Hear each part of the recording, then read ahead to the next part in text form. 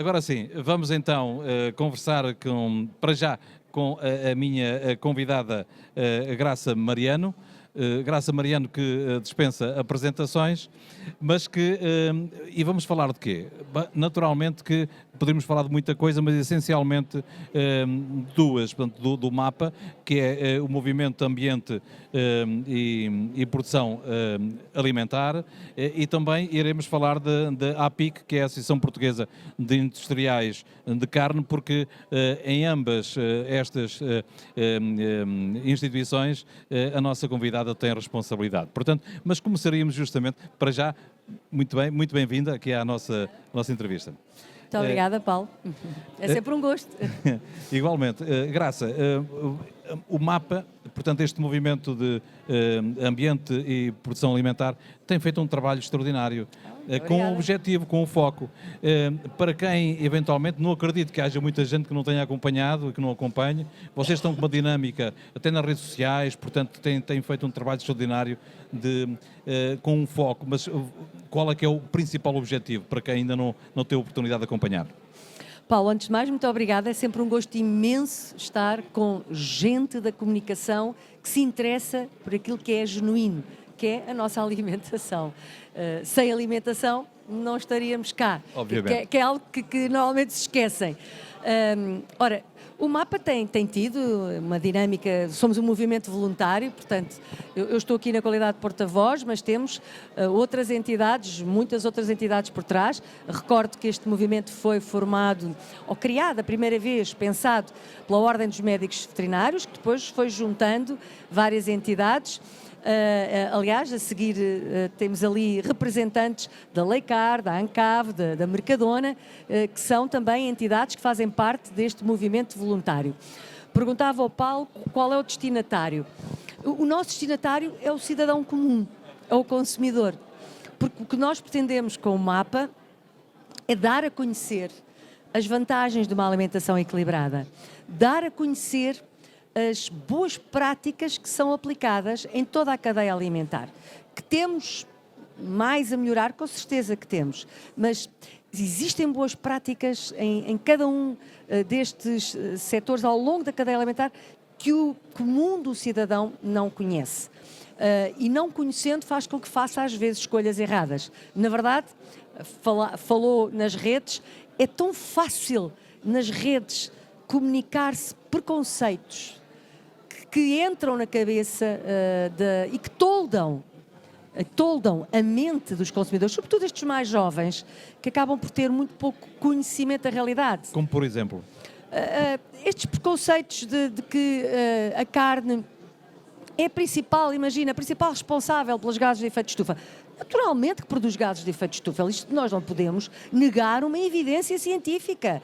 Agora, todas as outras vantagens adicionais que existem têm que ser também sublinhadas. Na verdade, algo que se tem que dizer frontalmente é que os gases com efeito de estufa produzidos pelos nossos animais, pela produção de animais, são uma consequência daquela vantagem enorme que é os animais consumirem subprodutos da agricultura e transformá-la numa proteína de alto valor nutritivo.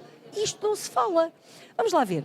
A economia circular, que toda a gente sublinha de uma forma como se acabasse de ter sido inventada. Não, a frase começou a ser agora usada, agora nestes últimos anos. Só que a economia circular foi utilizada e preconizada desde sempre por todos os agricultores, por todos os criadores de animais. Portanto, há aqui preconceitos que é importante que se diga que as pessoas não fazem ideia. E, portanto, a vossa ação no terreno já chegou a concluir? Qual é o feedback? Tem conseguido levar a água ao moinho? Ao nosso moinho. Tem conseguido? Gostaríamos de levar mais, só que isto tudo custa muito. Nós somos um movimento voluntário, nós vivemos das cotas das entidades que voluntariamente têm esta responsabilidade social de querer trazer aos consumidores conhecimento fidedigno, porque esse é o nosso lema, é o nosso compromisso. Nós trazemos conhecimento que é científico, e fidedigno. Não estamos aqui para escamotear enfim, o que ainda temos para melhorar, porque há oportunidades de melhoria em toda a produção alimentar, naturalmente, mas estamos cá a fazê-lo. Na verdade, nós acreditamos que não há setores que sejam não sustentáveis e setores que sejam sustentáveis.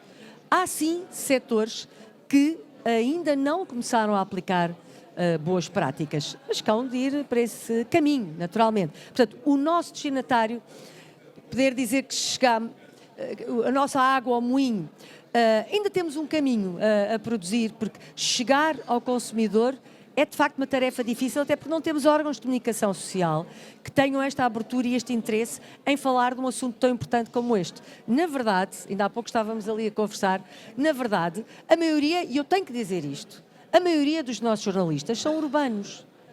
E sendo urbanos, não têm ligação com a terra, não têm ligação Não com é o caso da Voz do Campo. Não é o caso da Voz do Campo, por isso eu dizia dos poucos, por isso é um gosto tão grande estar aqui convosco. São muito poucos os órgãos de comunicação que têm esta ligação ao campo e que falam abertamente e têm este interesse em promover ainda mais conhecimento.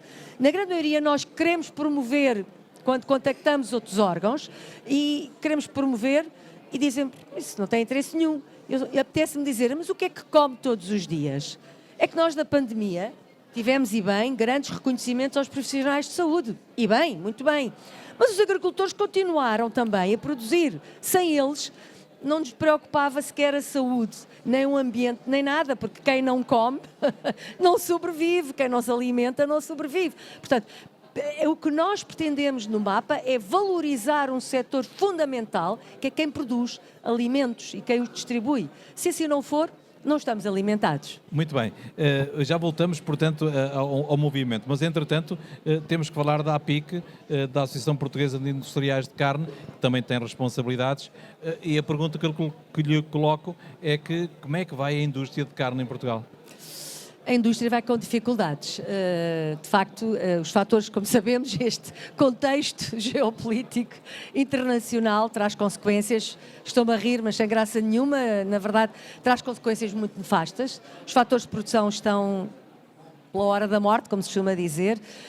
As exigências são cada vez mais, e eu, quando digo isto, não estou a dizer que não queremos cumprir a legislação, naturalmente queremos, mas a legislação está a caminhar cada vez mais para exigências que acabam por ser quase absurdas. Há um excesso de zelo que ultrapassa o limite do que se pode considerar uma mais-valia em termos de segurança dos alimentos. Estamos a ir mais para lá.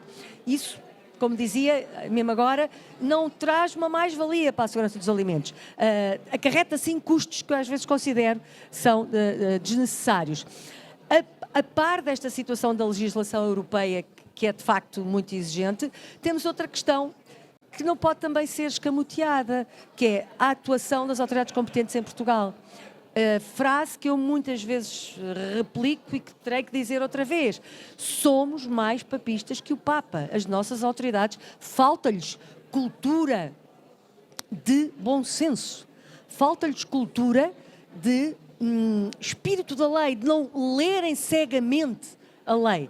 Eu ainda há pouco tempo tive um prejuízo imenso numa das nossas indústrias, apenas porque os inspectores não conseguiram fazer o que toda a legislação comunitária preconiza, que é avaliação de risco.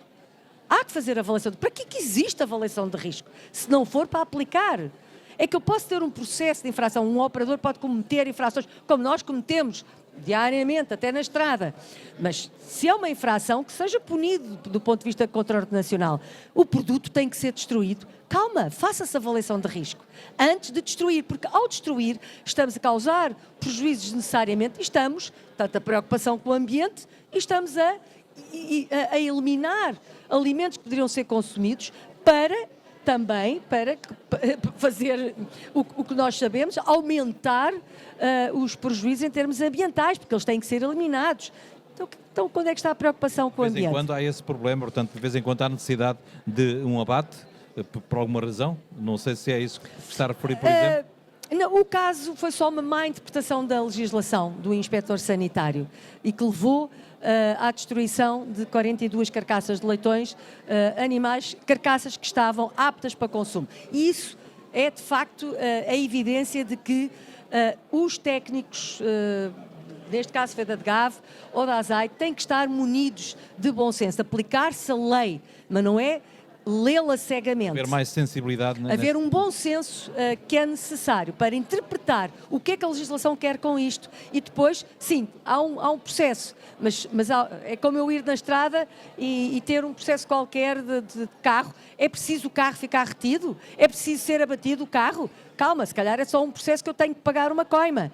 Percebe? É esta falta de interpretação que eu vejo nos nossos técnicos. Falta esta cultura nas nossas autoridades competentes. Muito bem, Graça, até porque não temos muito tempo, mas temos mais convidados e convidados seus neste caso concreto. Verdade. Temos aqui entidades do MAPA que fazem parte. Então vamos fazer o seguinte, eu vou pedir aqui à produção para fazer o favor de trazer aqui o próximo convidado.